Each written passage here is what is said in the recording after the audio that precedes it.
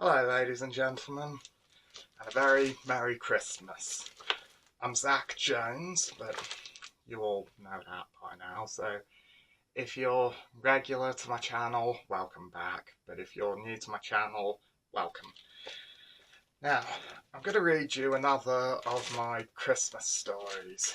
It is this: A Vampire Night Before Christmas. Now, I wrote this story a few years back and read it on my YouTube channel back in 2020, but I've recently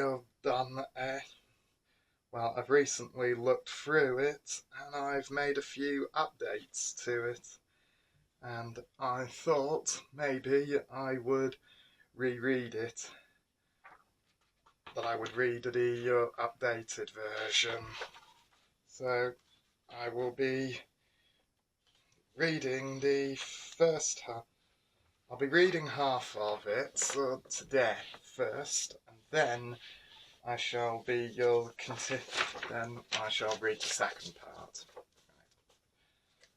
I hope you're all sitting comfortably and you've got your Christmassy stuff ready. Right, it's about to begin. The grandsons of Death and hero of this tale, Tommy and Jonah Davidson, stepped forward with Death's scythe, a 10-foot tall shaft of ghost wood with a sandalwood grip and a bronzy silver steel blade. Tommy had borrowed it from Death so that he could take their friends, Nicola Fisherman, Dylan Hackwood, and Beth Edwinson, to the North Pole to prove to them that Santa is real. Tommy, Santa Claus can't be real. He just can't be, Nicola said as they walked through the portal, but Tommy ignored her as they stepped through the portal to the North Pole. Nicola was a short and slightly dumpy woman with pale skin, light blue eyes, dark brown hair that was down to her shoulders, a small nose, and wearing a pair of dark blue jeans with a darker green shirt and a pale white jacket. Dylan, however, was a tall and very thin man with white skin, black hair, dark green eyes, a broad nose, a narrow jawline, square shoulders, and a thick-set chest. He was also wearing an electric blue pinstriped suit with a matching necktie, dark purple shirt, black shoes, and a black leather coat. Beth was a very pretty young woman with creamy pale skin, long brunette hair that fell down to her hips, a button nose, bright blue eyes, and a narrow waist with wide hips. She wore a bright purple shirt with a pair of black jeans, a rainbow skirt, blue trainers, and a dark blue parka jacket. Tommy and Jonah, on the other hand, were almost identical in looks, but Tommy was tall and muscular, with white skin, pitch black hair, silvery grey eyes, a long and crooked nose, a narrow jawline, broad shoulders, and wide hands with long fingers. Tommy also wore a dark red long-sleeved shirt with a pair of dark and light green combat trousers, dark grey boots, a long greyish-blue greatcoat, and a pair of black and red gloves.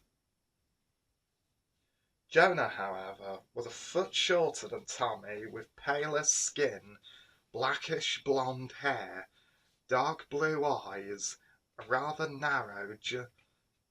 short and a broad nose, rounded shoulders, a narrow jawline, and round hands with very long fingers.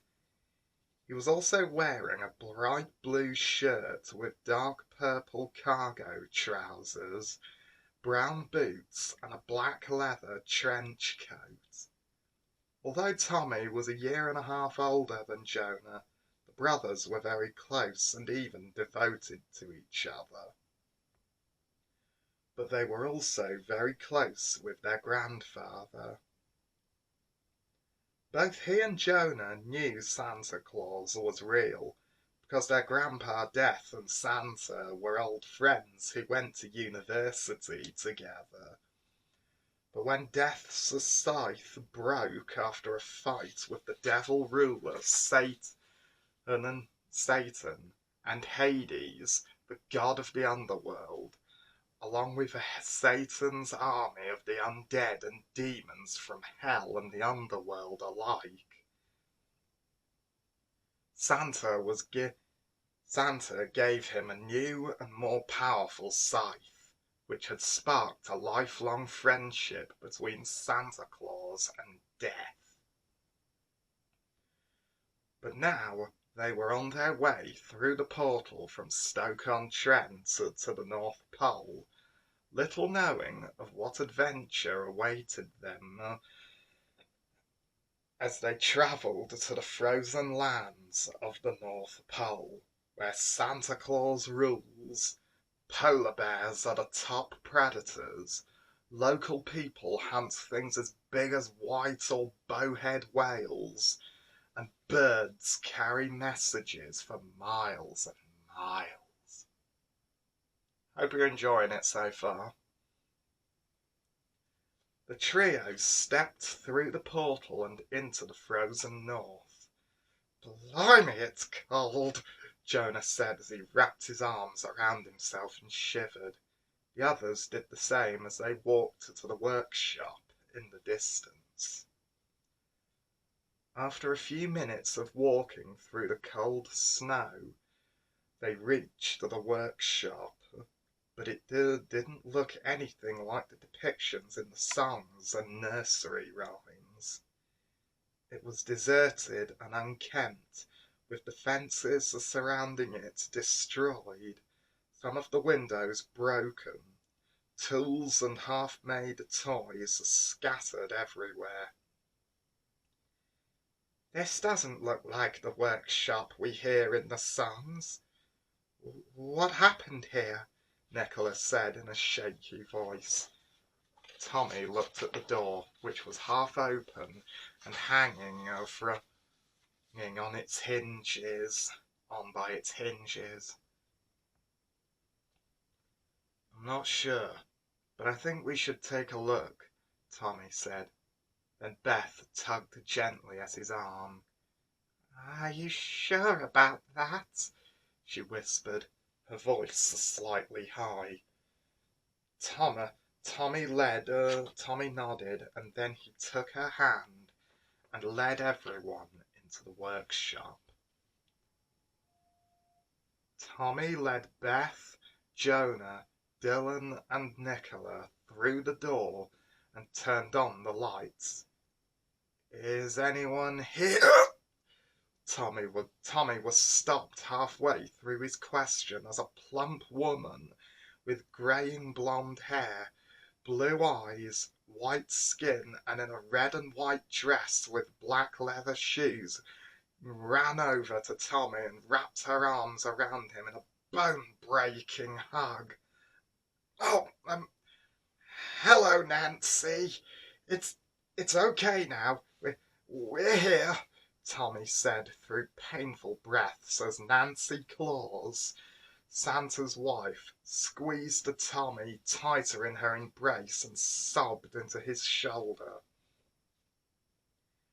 Then she let him go and looked at Tommy and his friends. I'm so sorry, dear. It's just that we need help. It's Santa.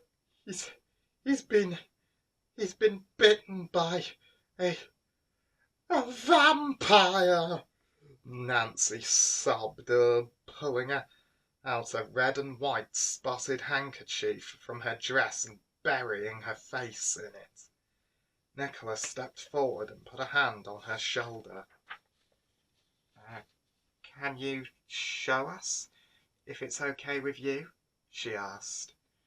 Nancy looked up at her and dabbed her eyes with her handkerchief.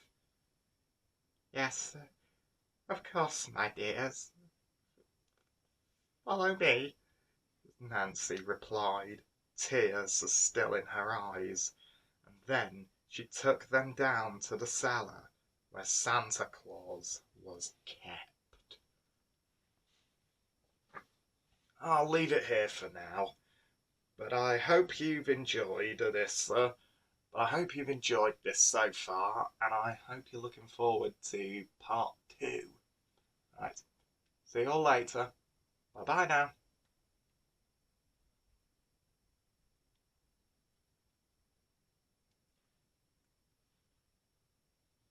Right. Sorry about that. Still trying to work the remote. Right, I'll see you all soon. Bye.